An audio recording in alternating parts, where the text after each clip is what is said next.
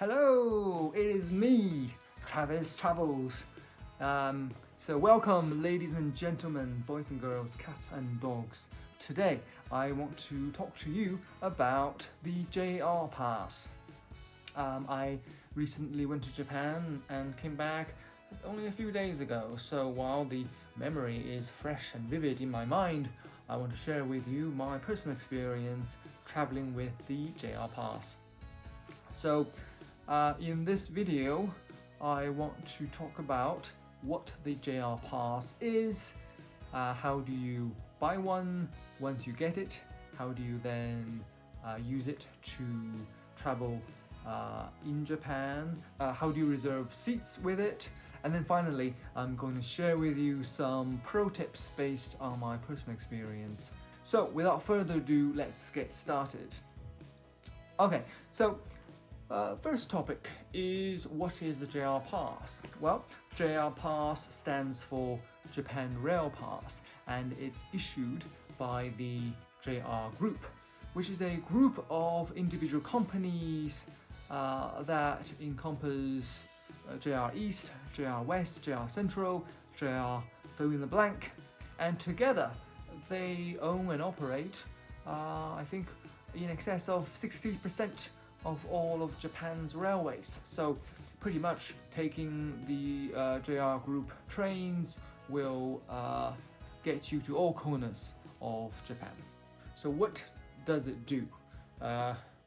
What kind of benefits do you receive by being a holder of JR Pass? Well, it allows you to take an unlimited number of rides during a fixed period of time, and this period has to be consecutive days.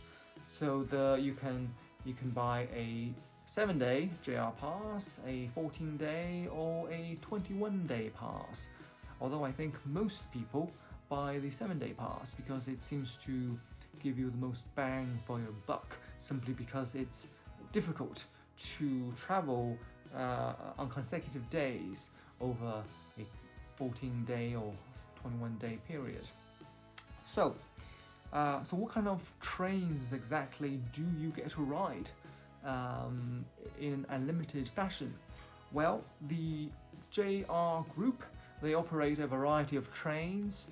You've got the bullet trains on the fast end, and then you have the commuter trains on the slow end of the spectrum, and then you have regional trains and other types of trains in between. So pretty much it works on all trains as long as they have a JR logo on the side.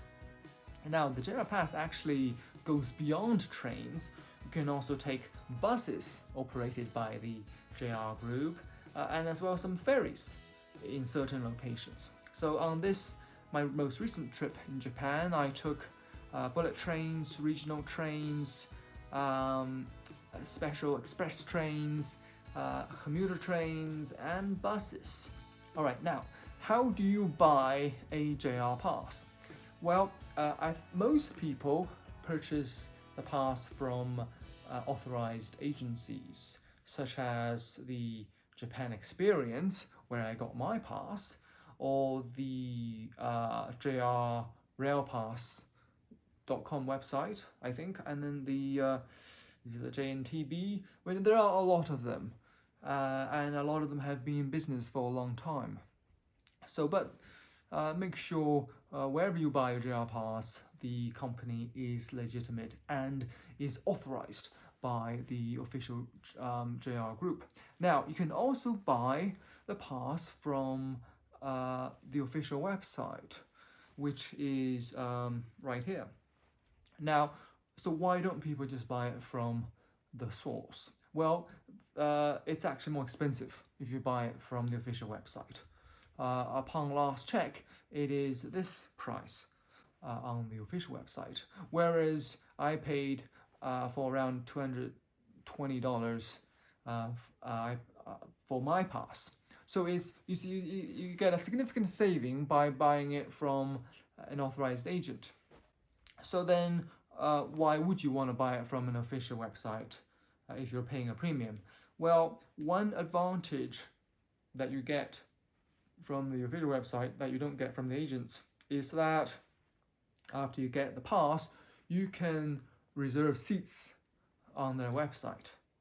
Whereas a regular pass from an agency, you can only reserve seats at a ticketing machine once you are in Japan or from a travel center operated by one of the JR constituent companies. So for me personally, I went to the Japan Experience website, purchased the ticket, purchased the voucher. I ended up paying around $220 for the voucher. And I say voucher because once you book online, they send you a FedEx in 2 days' time, and that's as promised. And inside the FedEx packet, they have a map, which I've since thrown away, and also the voucher. I say voucher because this is actually not the pass that you use to access trains. And that leads me to my next topic, which is how do you exchange your voucher for a pass?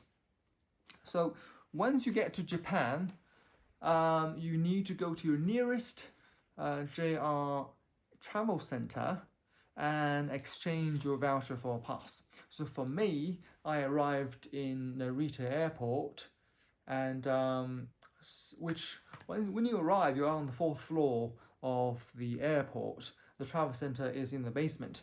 So you need to go through the COVID checkup stations, and then through immigration, through customs, and then take an elevator down to the basement. Once you're in the basement, as soon as you get out, you see a Family Mart, and then diagonally across from it is the JR East Travel Center. And then simply line up, and it was a very simple, straightforward process. You present your voucher and your passport, and then presto, they give you the JR pass. So, and I'll show you an example of the JR pass. It's just an unassuming little card, and they didn't give me the envelope with this image on the outside. I was a little miffed, but you know, one can't have it all. But this is the pass itself, and this is what you use to go through the turnstiles at train stations. And so note that if you lose this, then it could be very difficult to get a replacement or get a refund. Now, so our next topic is how do you use the JR Pass. So it's very easy. Every time you go to a train station, you have to go through a turnstile. You insert this into the turnstile and then get it once it is spat out, and then go on your merry way. It's simple as that. And while in Japan, I took the train like maybe 20 times. They never once checked it inside the train. So as long as you can navigate your way through the turnstiles, then you're fine. All right, so next let's talk about how do you reserve seats with the JR Pass, and also why do you want to make reservations if you can already hop off trains with this pass alone. Well, let's step back a little bit and talk about how the trains work.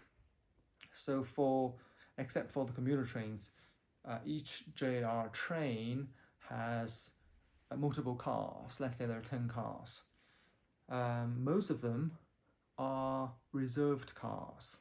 So to use those cars, you need a seat reservation. Minority of the cars will be unreserved, and so you can get on them just with your JR Pass alone. Now, when it is very busy and you don't have a reserved seat, you may find yourself vying for the limited number of seats with other passengers, and sometimes you might lose out, like I did a few years ago. When I went, I had to stand for about an hour during a particular train trip. So you don't want to end up in that situation, especially if you are reserving your energy for when you get to your destination. So I always reserve seats. And then why it doesn't take very long. I'll show you in a minute how to make reservations on your own using the ticketing machines. It doesn't take very long, and it's covered by the JR Pass. Ordinarily, if you were to buy train tickets individually without the JR Pass, you have to pay extra to make a reservation. But with the JR Pass, it's all included. So how do you make a reservation? Well, so there are actually 3 ways. The third way is if you buy the JR Pass from the official website, then you can make reservations online using their websites. But for me, I got my JR Pass from an agent, so that option was foreclosed to me. So for me, there were 2 options. You can either go to a travel center and interact with an actual person and have that person make a reservation for you, or for me, the preferred way is to simply do it on my own at a ticketing machine. And at most major train stations, you will find a ticketing machine. So once you are at a ticketing machine, you simply choose the Japan JR Pass button on the bottom, and then choose your language of choice, such as English, and then essentially follow the touch screen, and you'll have your reservations in no time. I have a separate video showing you exactly how to navigate the touch screen system in train stations. So be sure to check that out if you are so inclined. Each train will have different classes. Okay, so there are the unreserved cars for people who don't have a reserved seat, and then there are the reserved cars. Amongst the reserved cars, you have green cars and ordinary cars. Green cars are similar to first class, and depending what type of rail pass you bought, you may or may not qualify. So I got the ordinary 7-day pass, so I could only take the ordinary reserved cars. But if you buy the green 7-day pass, the green car 7-day pass, then you have access to the green cars. And I forget how much extra it is, but I think it's at least $50-$70 more than the ordinary pass. So I'll have a separate video about what you can expect once you are in the train, or the amenities that you can expect, such as power outlets and toilets, so on and so forth. So be on the lookout for that. Well, that is the JR Pass in a nutshell. I hope you have found it helpful, and if you have any specific questions, you can leave your comments below, and I'll try my best to answer them as soon and as completely as I can. Thank you for watching, and I hope to see you on the next video. Goodbye.